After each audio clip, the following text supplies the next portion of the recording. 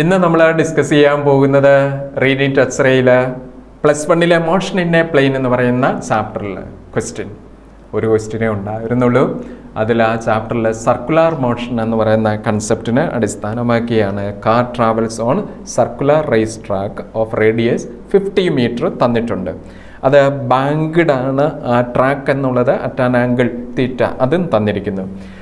ആ കാറിൻ്റെ movement speed 10 metre per second. Then the wear and tear on its tyres is minimum. Taking the acceleration due to gravity അത് 10 എടുത്തോളാം പറഞ്ഞു. The value of തീറ്റ കണ്ടുപിടിക്കാൻ വേണ്ടിയാണ് ചോദ്യം. നമ്മൾ പഠിച്ചിട്ടുണ്ട് തിയററ്റിക്കലായിട്ട് ഈ ട്രാക്ക് ബാങ്ക്ഡ് ആവുന്ന ആംഗിൾ തീറ്റയാണെങ്കിൽ കറസ്പോണ്ടിങ് ടാൻ തീറ്റ കണ്ടുപിടിക്കാനുള്ള ഫോർമുല എങ്ങനെയായിരുന്നു? v²/rg ഫോർമുല നമുക്കറിയാവുന്നതാണ് അല്ലേ? അപ്പോൾ അതിൽ നിന്ന് നമുക്ക് ടാൻ തീറ്റ കണ്ടുപിടിക്കാമല്ലോ. Tan theta = v. വെലോസിറ്റി എത്ര തന്നിരിക്കുന്നത്?